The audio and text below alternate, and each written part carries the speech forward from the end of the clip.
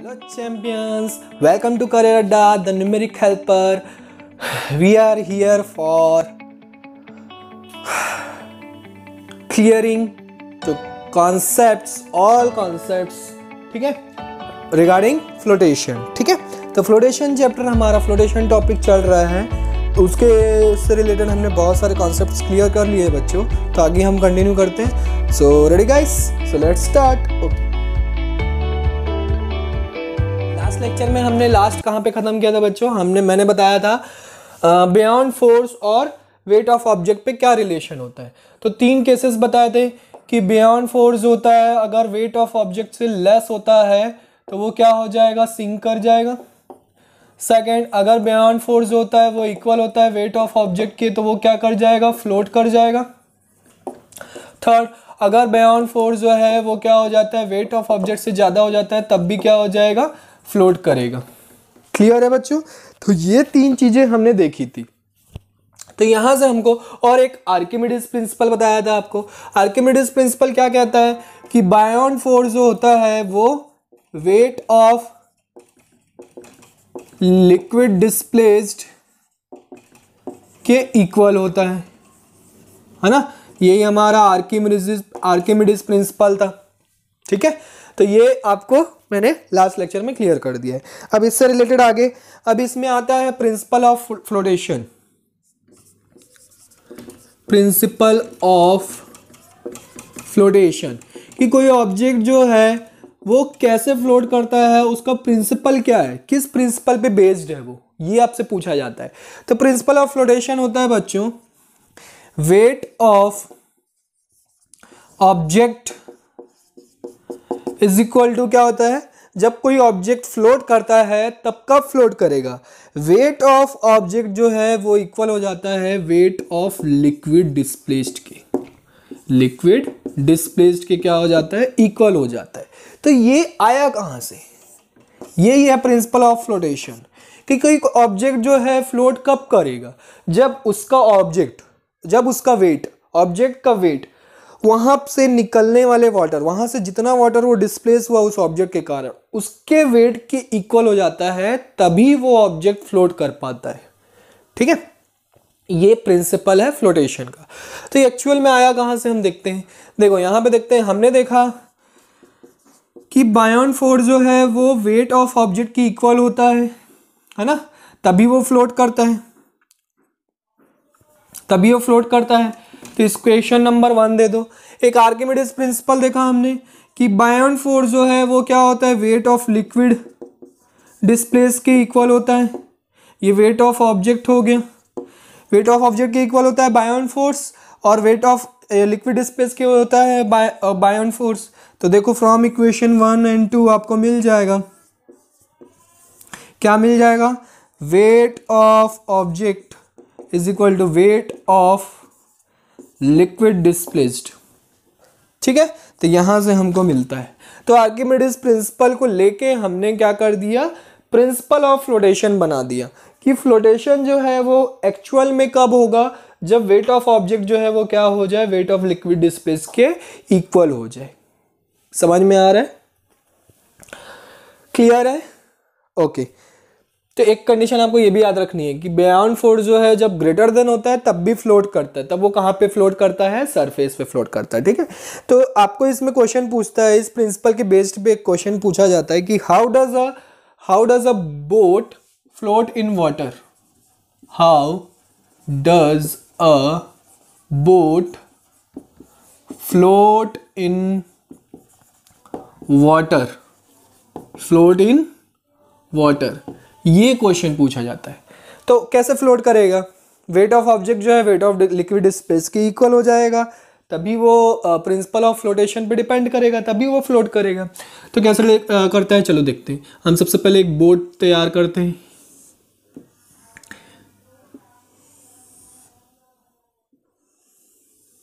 ये हमारा बोट है, ठीक है।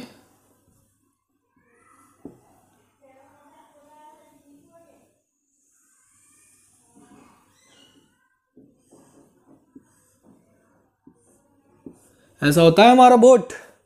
वाह सर, बोर्ड तो अच्छा बनाया है ना।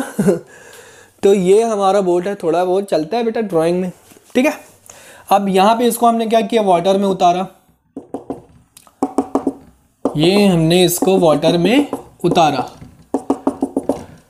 तो अब इसका जितना पार्ट वाटर में उतरा है, जितना पार्ट वाटर में उतरा है, वो उस वाटर को वहां पे क्या हुआ, डिस्प्लेस किया। अब उस डिस्प्लेस्ड वाटर का जो है वेट हम क्या करेंगे, मेजर करेंगे।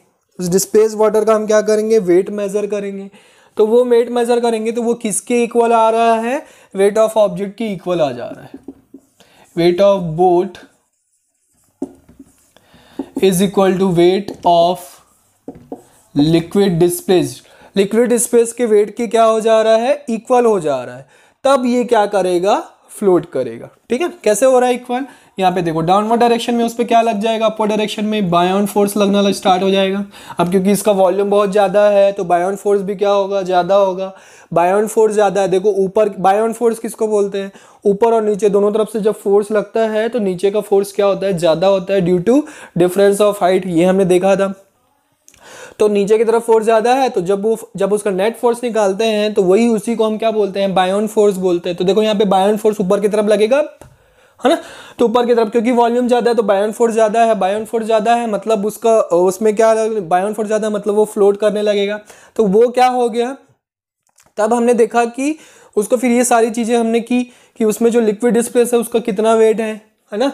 फिर उसके बोट का वेट हमने देखा, दोनों जब इक्वल मिल गया तो हमको पता चल गया कि वो प्रिंसिपल ऑफ फ्लोटेशन पे बेस्ड है और वो क्या कर रहा है, फ्लोट कर रहा है। इज इट क्लियर, समझ में आया, ओके ठीक। अब डेंसिटी ऑफ फ्लोटिंग ऑब्जेक्ट्स,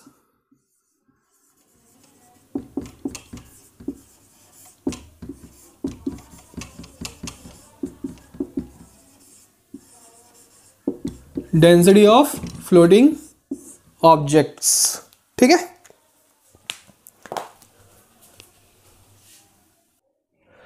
तो बच्चों यहाँ पे डेंसिटी ऑफ फ्लोटिंग ऑब्जेक्ट्स हम पढ़ रहे थे। तो density of floating objects just उल्टा है डेंसिटी ऑफ लिक्विड के, है ना। डेंसिटी ऑफ लिक्विड हमने पढ़ा था कि डेंसिटी ऑफ लिक्विड अगर कम होती है, हाँ डेंसिटी ऑफ लिक्विड अगर कम होती है ऑब्जेक्ट की डेंसिटी से तो वो क्या कर जाएगा, सिंक कर जाएगा। वैसे यहाँ पे भी है, जस्ट उल्टा यहाँ पे लिखना है कि डेंसिटी ऑफ ऑब्जेक्ट अगर क्या हो जाए, कम हो जाए लिक्विड से, लिक्विड की डेंसिटी से क्या हो जाए, कम हो जाए, ठीक है। लिक्विड की डेंसिटी से क्या हो जाए, कम हो जाए, तो वो क्या कर जाएगा, सिंक हो जाएगा। ये उल्टा है, देखो डेंसिटी ऑफ लिक्विड जो है डेंसिटी ऑफ ऑब्जेक्ट से क्या है, ज़्यादा है, तो वो क्या कर जाएगा, सिंक कर जाएगा। समझ में आ रहा,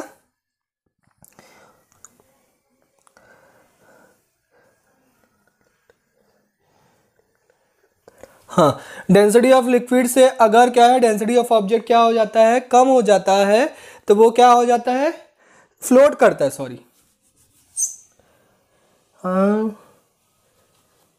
हाँ डेंसिटी ऑफ ऑब्जेक्ट जो है वो अगर डेंसिटी ऑफ लिक्विड से क्या हो जाए, कम हो जाए, तो वो क्या करेगा, फ्लोट करेगा। मैंने उल्टा लिख दिया था, सॉरी, अब ठीक है। डेंसिटी ऑफ लिक्विड अगर ज़्यादा होती है तो हमने देखा था कि वो क्या करता है, बियॉन्ड फोर्स ज़्यादा हो जाता है तो उसके कारण वो क्या होता है, फ्लोट करने लगता है। सेकेंड यही, अगर डेंसिटी ऑफ ऑब्जेक्ट जो है इक्वल हो जाए डेंसिटी ऑफ लिक्विड के, तब भी वो क्या करेगा, फ्लोट करेगा। और थर्ड, डेंसिटी ऑफ ऑब्जेक्ट जो है वो डेंसिटी ऑफ लिक्विड से ज़्यादा हो जाए तब वो क्या करेगा, सिंक कर जाएगा। समझ में आया। तो जो लिक्विड के बारे में हमने पहले बताया था उसी का जस्ट उल्टा हमको यहाँ पे करना है, ठीक है। तो यहाँ पे आपका अब इसमें एक क्वेश्चन पूछता है कि why ships float, why ships float, ये क्वेश्चन पूछता है। तो इसका आंसर है बच्चों, देखो हमने देखा कि डेंसिटी ऑफ ऑब्जेक्ट अगर डेंसिटी ऑफ लिक्विड से क्या हो जाए, ज़्यादा हो जाए, तो सिंक कर जाता है। तो इसका मतलब शिप जो है, बहुत बड़ी बड़ी शिप्स होती हैं, वो क्या हो, डूब जानी चाहिए, है ना, वाटर में, पर वो फिर भी फ्लोट करती है। ऐसा क्यों? क्योंकि उसका क्या हो जाता है, क्योंकि हम उसको ऐसा फॉर्म किया जाता है। अब पहली बात तो आयरन के बने होते हैं, तो आयरन की डेंसिटी ज़्यादा होती है, तो वो क्या होना चाहिए, सिंक कर जाना चाहिए। पर एक्चुअल में होता नहीं है। क्यों? क्योंकि उसका जो लोअर पोर्शन है उसको क्या किया जाता है, हॉलो बनाया जाता है। कैसा बनाया जाता है? हॉलो। ठीक है, जैसे मान लो ये शिप है और इसमें हमको ये जो लोअर पोर्शन है ये क्या किया जाता है, ऐसे हॉलो बनाया जाता है, जिसमें क्या प्रेजेंट रहती है, एयर प्रेजेंट रहती है। जिसमें क्या प्रेजेंट रहती है, एयर प्रेजेंट रहती है। तो अब ये एयर है, क्या करेगा, एयर प्रेशर अप्लाई करेगा इसके चारों तरफ।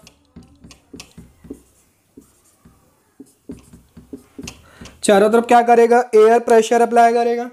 ठीक है, अब एयर प्रेशर अप्लाई करेगा तो ये क्या करेगा, एयर प्रेशर अप्लाई करेगा तो ये क्या करेगा, उसकी डेंसिटी क्या हो जाएगी, यहाँ पे ज़्यादा हो जाएगी, सॉरी उसकी डेंसिटी क्या हो जाएगी, लो हो जाएगी एयर प्रेशर के कारण, है ना। एयर प्रेशर के कारण डेंसिटी ज़्यादा लो हो जाएगी। और दूसरी बात हम देखेंगे कि वॉल्यूम, देखो इसका शिप्स के वॉल्यूम क्या होते हैं, बहुत बड़े बड़े होते हैं, है ना। अब यहाँ पे हॉलो है, एयर प्रेशर है, एयर घूम रही है, तो एयर क्या होता है, लाइट फील करवाता है उसको। क्या करता है, लाइट फील करवाता है, लाइट हो जाता है। ये बोट क्या हो जाता है, एयर के कारण लाइट हो जाता है ना, उसका वेट क्या हो जाता है, लाइट हो जाता है। तो वॉल्यूम बहुत बड़ा है, तो वॉल्यूम हमने देखा था कि वॉल्यूम ज़्यादा है तो बियॉन्ड फोर्स भी ज़्यादा होता है, तो बियॉन्ड फोर्स भी इसमें क्या लगेगा, ज़्यादा लगेगा। तो ये सारे रीजंस हैं जिसके कारण शिप जो है वो क्या करती है, फ्लोट करती है। समझ में आया? एक तो इसका लोअर पोर्शन कैसा बनाया जाता है, हॉलो बनाया जाता है, तो आप वो आंसर लिख सकते हो। और दूसरा आप वॉल्यूम रीज़न लिख सकते हो कि इसका वॉल्यूम बहुत बड़ा होता है, तो वॉल्यूम ज़्यादा मतलब इसका बियॉन्ड फोर्स भी क्या होगा, ज़्यादा होगा, जिसके कारण ये क्या करेगा, फ्लोट करेगा। अब एक इस चैप्टर का, इस टॉपिक का, फ्लोटेशन का लास्ट डेंसिटी हमने पढ़ा अभी तक, तो डेंसिटी एक टॉपिक बच गया है जिसको मैं यहाँ पे क्लियर कर देता हूँ। तो चैप्टर क्या हो जाएगा, कंप्लीट हो जाएगा आपका, फ्लोटेशन टॉपिक कंप्लीट। ठीक है, चलो डेंसिटी जो है उसका फॉर्मूला क्या होता है, मास ऑफ सब्सटेंस अपॉन क्या होता है, वॉल्यूम ऑफ सब्सटेंस।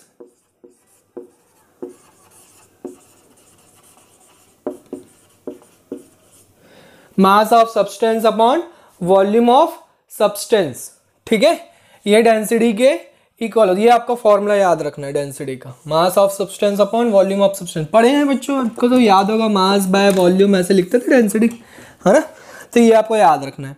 उसके बाद कुछ नहीं है डेंसिटी आप समझ सकते हो कि जैसे कि लिक्विड की डेंसिटी की बात कर रहे हैं, तो लिक्विड कितना कॉन्सेंट्रेटेड है ना। जैसे कि मर्क्यूरी एक मेटल है जो कि लिक्विड फॉर्म में होता है और जो कि बहुत, उसकी डेंसिटी क्या होती है, बहुत ज़्यादा होती है, बहुत हाई होती है।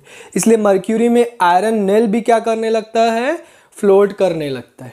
ठीक है, तो मर्क्यूरी, तो अब डेंसिटी मतलब मर्क्यूरी से आप समझ सकते, मर्क्यूरी देखो कितना गाढ़ा होता है, कॉन्सेंट्रेशन उसका ज़्यादा होता है, तो वही आप बोल सकते हैं डेंसिटी। क्लियर है बच्चों? लिक्विड के केस में हम उसको कॉन्सेंट्रेशन बोलते हैं, है ना, तो सॉलिड के केस में हम उसको डेंसिटी बोलते हैं। डेंसिटी मतलब क्राउडनेस ऑफ एटम्स जो है जितना ज़्यादा होगा डेंसिटी उतनी ज़्यादा होगी। तो मास बाय वॉल्यूम, मास क्या, अब इसकी यूनिट देख लेते हैं। यूनिट क्या होगी इसकी, केजी पर मीटर क्यूब, है ना। वॉल्यूम की यूनिट क्या होती है, मीटर क्यूब, और मास की यूनिट क्या होती है, केजी, तो केजी पर मीटर क्यूब। ठीक है, अब इसमें एक और चीज़ पूछता है बच्चों, रिलेटिव डेंसिटी। रिलेटिव डेंसिटी का फॉर्मूला क्या होता है, डेंसिटी ऑफ द सब्सटेंस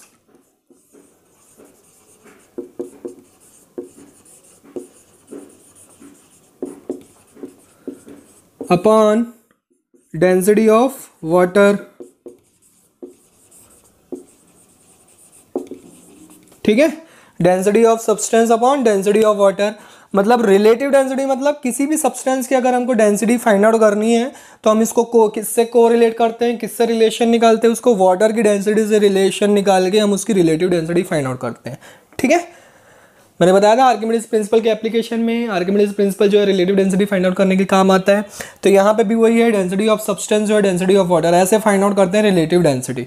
ठीक, अब इसकी यूनिट क्या होगी सर? तो यूनिट देख लो, डेंसिटी अपॉन डेंसिटी है, डेंसिटी की यूनिट kg पर मीटर क्यूब, इसकी डेंसिटी भी kg पर मीटर क्यूब। तो दोनों क्या हो जाएगा? कैंसल आउट होकर क्या बन जाएगा? यूनिटलेस। तो रिलेटिव डेंसिटी जो होती है वो कैसी होती है? यूनिटलेस होती है। तो यहाँ पे आपका ये फ्लोटेशन टॉपिक कवर अप हो जाता है, पूरा ख़त्म हो जाता है। इसके बाद भी अगर आपको कोई डाउट आता है तो आप हमको कमेंट कीजिए, हम आपके सारे डाउट्स क्लियर करेंगे। तो प्रैक्टिस करते रहो, डाउट्स निकालते रहो, भेजते रहो। Bye bye, take care, see you in the next lecture.